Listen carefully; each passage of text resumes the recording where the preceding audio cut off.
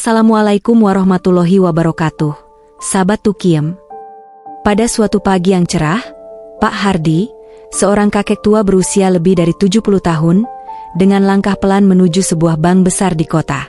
Penampilannya lusuh, bajunya sudah usang dan kotor, dan tas kecil yang ia bawa tampak robek di beberapa bagian. Dengan tubuhnya yang membungkuk, ia tampak seperti seseorang yang tidak memiliki apa-apa. Setiba di pintu bank, seorang petugas keamanan memandangnya dengan tatapan sinis, lalu berkata, "Maaf Pak, sepertinya Anda tidak bisa masuk ke dalam. Bank ini hanya untuk nasabah yang terlihat rapi." Pak Hardi terdiam, kemudian dengan perlahan mundur dan berjalan pergi. Pak Hardi berjalan menyusuri trotoar, hatinya berat. Rasa malu menggerogoti dirinya. Sungguh, ia tidak pernah merasa lebih hina daripada saat itu. Namun, meski penampilannya tidak mencerminkan hal itu, ia tidak bisa menyalahkan petugas keamanan. Ia tahu, bank adalah tempat orang kaya dan berduit. Ia memang tidak terlihat seperti mereka. Sejenak, ia duduk di sebuah bangku taman, memandang gedung-gedung megah di sekelilingnya. Apa yang ia lakukan di sana, hanya untuk menyelesaikan urusan yang sangat penting, yang akan mengubah hidupnya selamanya. Pak Hardi tidak selalu seperti ini. Dulu, ia adalah seorang pebisnis sukses, dengan sebuah perusahaan yang memiliki cabang di berbagai kota. Namun, hidup tidak selalu ramah. Pada suatu malam, kebakaran besar menghancurkan tempat usahanya. Tanpa asuransi yang memadai, harta kekayaannya lenyap begitu saja. Meskipun harus memulai dari nol, ia tetap menjaga hartanya yang paling berharga, sejumlah besar tabungan yang disimpan di sebuah bank. Tabungan itu masih ada, namun tidak pernah ia gunakan karena terlalu banyak kenangan pahit yang menyertainya. Keesokan harinya, Pak Hardi kembali ke bank yang sama. Kali ini, ia tidak duduk di bangku taman, tetapi menuju meja layanan pelanggan. Dengan suara tenang namun penuh keyakinan, ia berkata kepada teller yang sama yang menolaknya kemarin, "Saya ingin menarik seluruh tabungan saya." Teller itu tampak kebingungan. "Maaf Pak, apakah Anda yakin? Tabungan Anda cukup besar," ujarnya, membuka sistem dan melihat saldo yang sangat besar. "Apa maksud Anda? Anda benar-benar Pak Hardi, kan?" Teller itu terkejut, wajahnya berubah pucat. Pak Hardi hanya mengangguk pelan.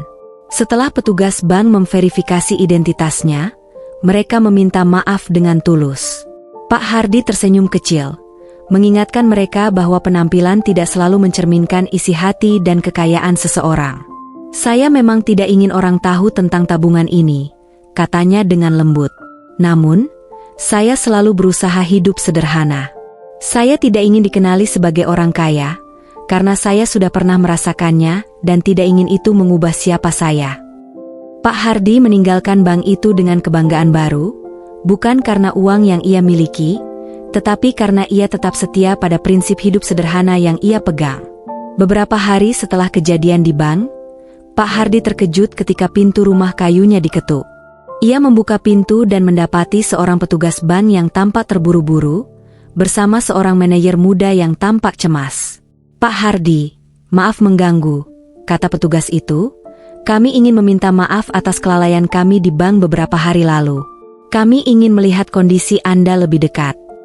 Pak Hardi tertegun, namun ia mempersilakan mereka masuk dengan senyum ramah, meskipun hatinya bertanya-tanya mengapa mereka datang ke rumah sederhana yang hanya memiliki beberapa perabot usang. Ketika petugas bank dan manajer itu masuk, mereka disambut oleh pemandangan yang jauh dari yang mereka bayangkan. Rumah Pak Hardi tampak sederhana namun penuh dengan kehangatan. Di sudut ruang tamu, terdapat sebuah meja kayu tua yang penuh dengan buku-buku usang. Di atas rak ada bingkai foto keluarga yang telah memudar warnanya. Tidak ada barang-barang mewah atau tanda-tanda kekayaan. Di sisi lain, mereka melihat Pak Hardi duduk di kursi kayu yang sudah lapuk. Tampak seperti seorang pria yang bahagia meskipun dengan sedikit harta. "Maafkan kami atas penilaian yang keliru," kata manajer itu dengan penuh penyesalan. Pak Hardi hanya tersenyum dan berkata, "Kehidupan memang tidak selalu seperti yang terlihat di luar." Pak Hardi mulai menceritakan kisah hidupnya kepada mereka. "Saya pernah memiliki segalanya. Rumah besar, mobil mewah, dan bisnis yang sukses, kata Pak Hardi dengan suara pelan namun penuh makna. Namun, hidup mengajarkan saya satu hal, uang bukanlah segalanya. Ketika bisnis saya hancur dalam kebakaran, saya belajar untuk melepaskan segalanya. Uang itu penting, tetapi tidak akan memberi kebahagiaan jika tidak disertai dengan rasa syukur dan kebahagiaan sejati. Petugas bank dan manajer itu terdiam, terkesima oleh kebijaksanaan Pak Hardi. Mereka merasa malu karena hanya menilai seseorang dari penampilan luar, padahal di baliknya ada seorang lelaki yang lebih kaya daripada yang mereka kira, bukan dalam materi, tetapi dalam kedalaman hati. Setelah mendengarkan cerita Pak Hardi, manajer bank dengan sungguh-sungguh menawarkan sebuah bantuan. Pak Hardi, kami ingin membantu Anda. Bank kami dapat memberikan fasilitas pinjaman atau investasi untuk usaha kecil. Kami ingin Anda tahu bahwa kami sangat menghargai prinsip hidup sederhana Anda. Pak Hardi memandang manajer itu dengan mata yang tenang, kemudian ia menggelengkan kepala. Terima kasih, tapi saya tidak memerlukannya. Saya lebih bahagia hidup seperti ini, dengan cara saya sendiri. Saya sudah cukup dengan apa yang saya miliki. Kata-katanya sederhana, namun mereka mengandung kekuatan yang luar biasa. Petugas bank dan manajer itu terdiam, merasa terinspirasi oleh ketulusan dan kebijaksanaan Pak Hardi. Setelah kunjungan itu, Pak Hardi kembali menjalani kehidupannya dengan tenang. Ia kembali beraktivitas seperti biasa, menyapa tetangga dan menikmati hari-harinya dengan sederhana. Namun, bagi petugas bank dan manajer muda itu, kunjungan tersebut memberikan pelajaran berharga. Mereka belajar bahwa kekayaan sejati tidak terletak pada uang atau properti, melainkan pada bagaimana seseorang menjalani hidupnya dengan integritas, kebijaksanaan, dan kerendahan hati.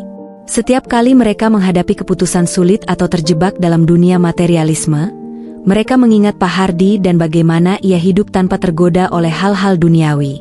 Pak Hardi, dengan segala kesederhanaannya, telah meninggalkan warisan yang lebih berharga daripada apapun yang bisa dibeli dengan uang. Sebuah pelajaran tentang hidup yang penuh arti. Beberapa minggu setelah kunjungan ke rumah Pak Hardi, petugas bank dan manajer muda itu mulai merasa bahwa mereka tidak bisa begitu saja melupakan cerita Pak Hardi.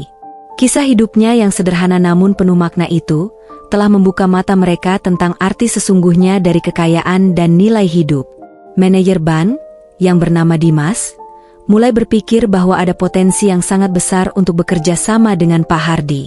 Mungkin kita bisa membantu beliau tanpa mengubah prinsip hidupnya, pikir Dimas.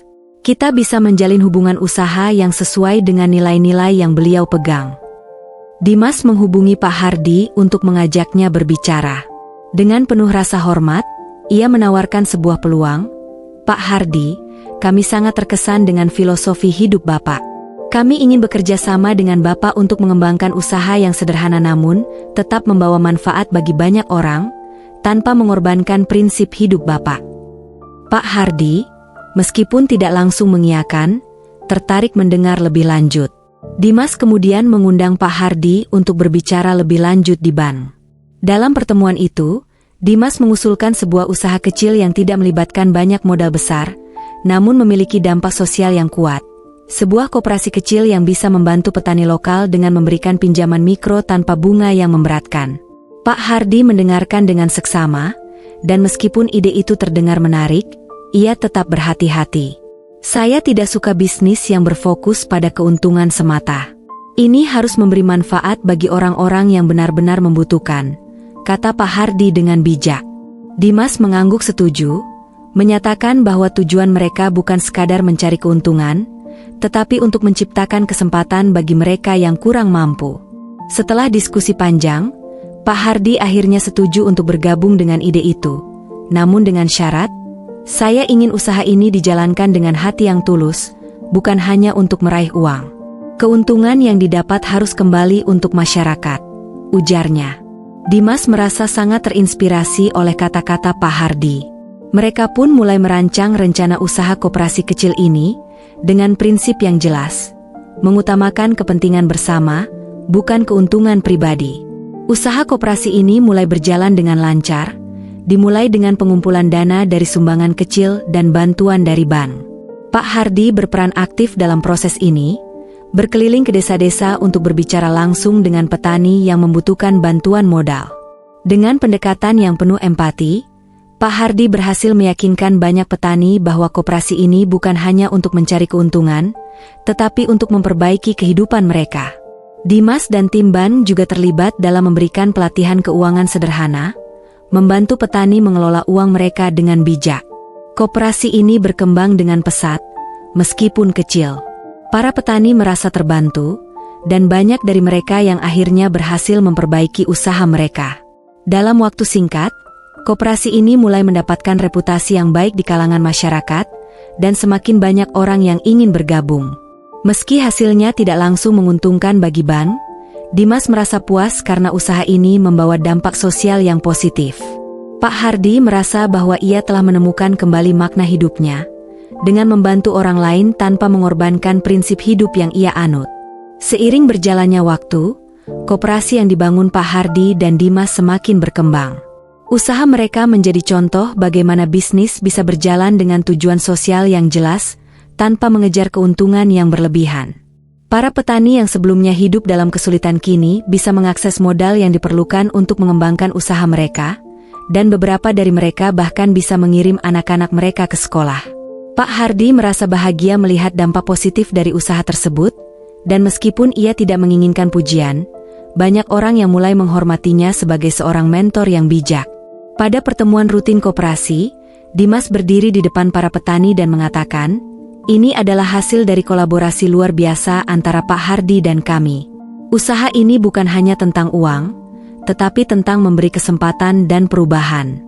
Kami berterima kasih kepada Pak Hardi yang telah menunjukkan bahwa bisnis tidak harus selalu untuk keuntungan pribadi, tetapi bisa menjadi kekuatan untuk kebaikan bersama. Pak Hardi, yang selalu sederhana, hanya tersenyum sambil berkata, "Saya tidak menginginkan apa-apa selain melihat kalian semua tumbuh dengan cara yang lebih baik. Keberhasilan kita adalah keberhasilan bersama." Kata-kata itu membuat semua orang di ruangan itu terdiam sejenak, menyadari bahwa keberhasilan sejati bukan terletak pada apa yang kita miliki, tetapi pada apa yang kita berikan kepada orang lain.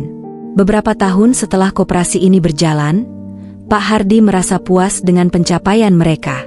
Usaha yang dimulai dengan niat tulus kini telah membantu ratusan keluarga, dan bahkan melahirkan lebih banyak inisiatif serupa di daerah lain. Pak Hardi, meskipun sudah semakin tua, tetap aktif membantu dan memberi nasihat kepada para petani dan anggota koperasi.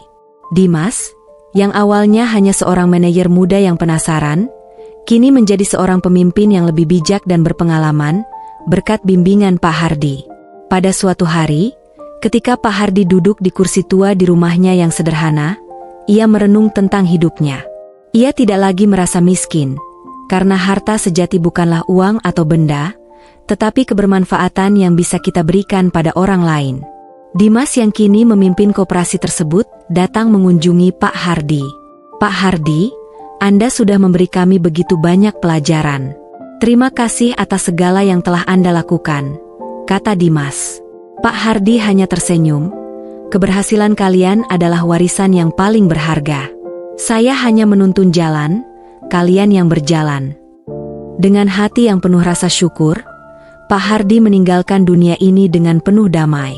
Warisannya bukanlah sebuah properti atau uang, tetapi sebuah perubahan nyata dalam kehidupan banyak orang.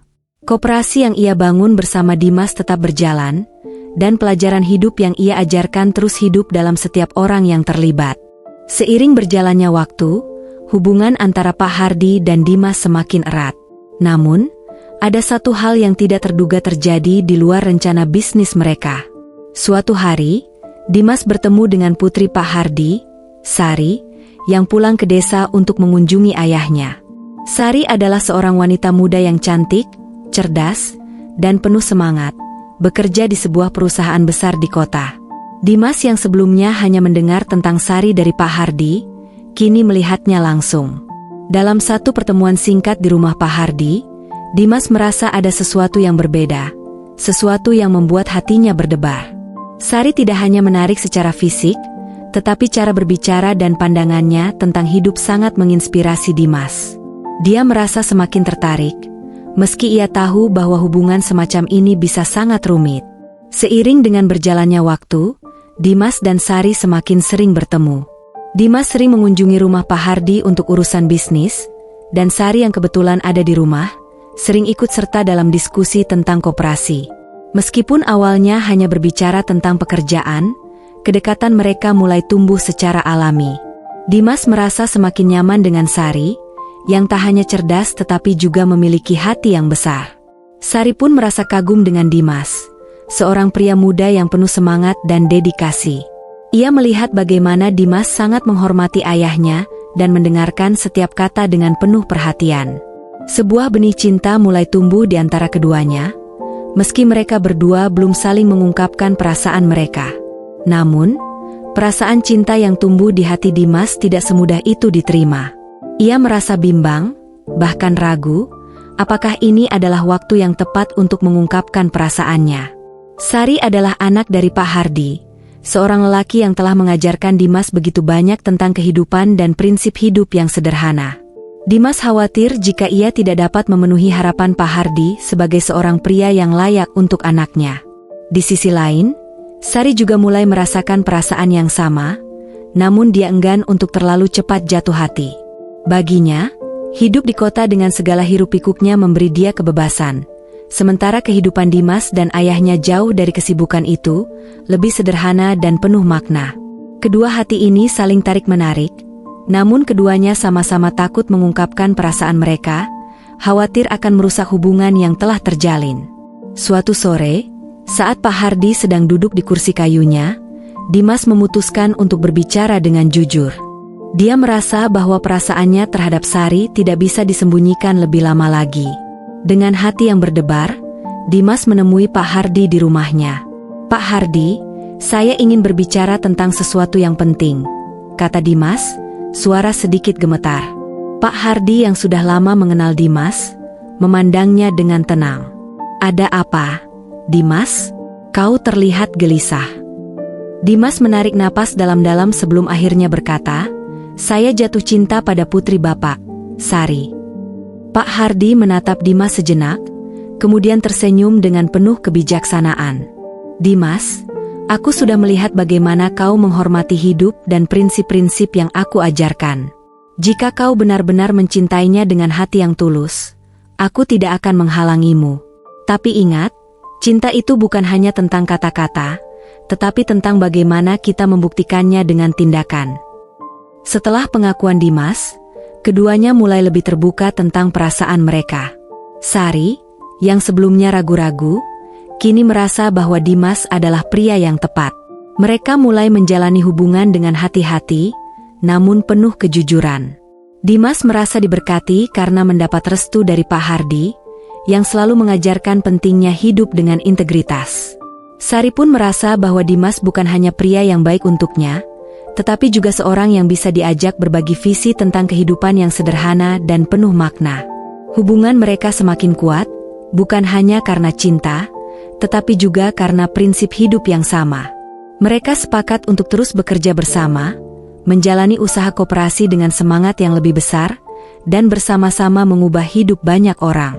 Cinta yang tumbuh antara Dimas dan Sari bukan hanya menguatkan mereka sebagai pasangan, tetapi juga memperkuat visi mereka untuk masa depan yang lebih baik, bukan hanya untuk mereka sendiri, tetapi untuk banyak orang yang membutuhkan. Tama, jika kamu merasa terinspirasi oleh kisah ini, jangan lupa untuk like, komen, dan subscribe untuk terus mendapatkan cerita-cerita inspiratif lainnya. Setiap cerita memiliki pelajaran berharga yang bisa menjadi pendorong semangat dalam hidup kita. Bagikan juga cerita ini kepada orang yang kamu sayangi, agar mereka bisa merasakan manfaat dari perjuangan dan kasih sayang yang tulus. Mari kita terus berbagi kebaikan dan saling mendukung dalam perjalanan hidup ini.